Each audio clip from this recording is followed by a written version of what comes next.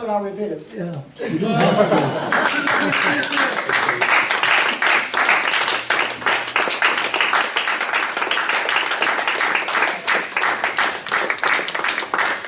Remember, Greg isn't here, so you can change the topic if you'd like, especially being a guest. But Taylor Swift said, "I'm intimidated by the fear of being average." When in your life did you find being average was okay?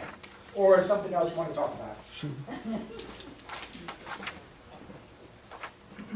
Recently I've been applying for jobs, and one of the things that they keep asking me is, why do you want this job?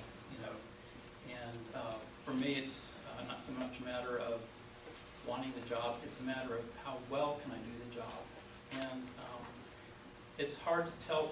I'm not a self-promoter. I like to let, my dad was always, when I was growing up, he always told me, if you're good at something, people will know it. You don't have to brag about it. You don't have to boast. You don't have to sell yourself. And so I was never much of a marketer, at least not for myself. However, over the course of my lifetime, I've always held myself to very high standards.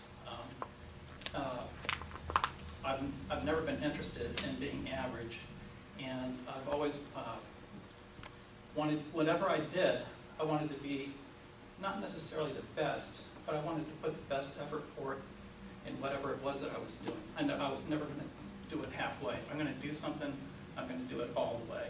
And probably the best example of that is I grew up as a swimmer, and in later life I started participating in triathlons.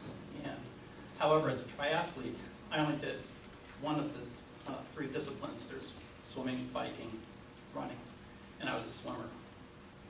And when you have other people depending on you, you want to be, you feel like you have to be your absolute best in whatever you're doing, because the other two people are relying very heavily on you to do, and they're doing the best that they can too.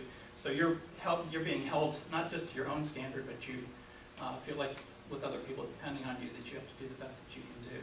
And as a result, I always trained very, very hard, pushed myself very hard. And that same principle applies to pretty much everything I do, in everything that I do in my life, whether it's at home, whether it's at work, or whatever. So.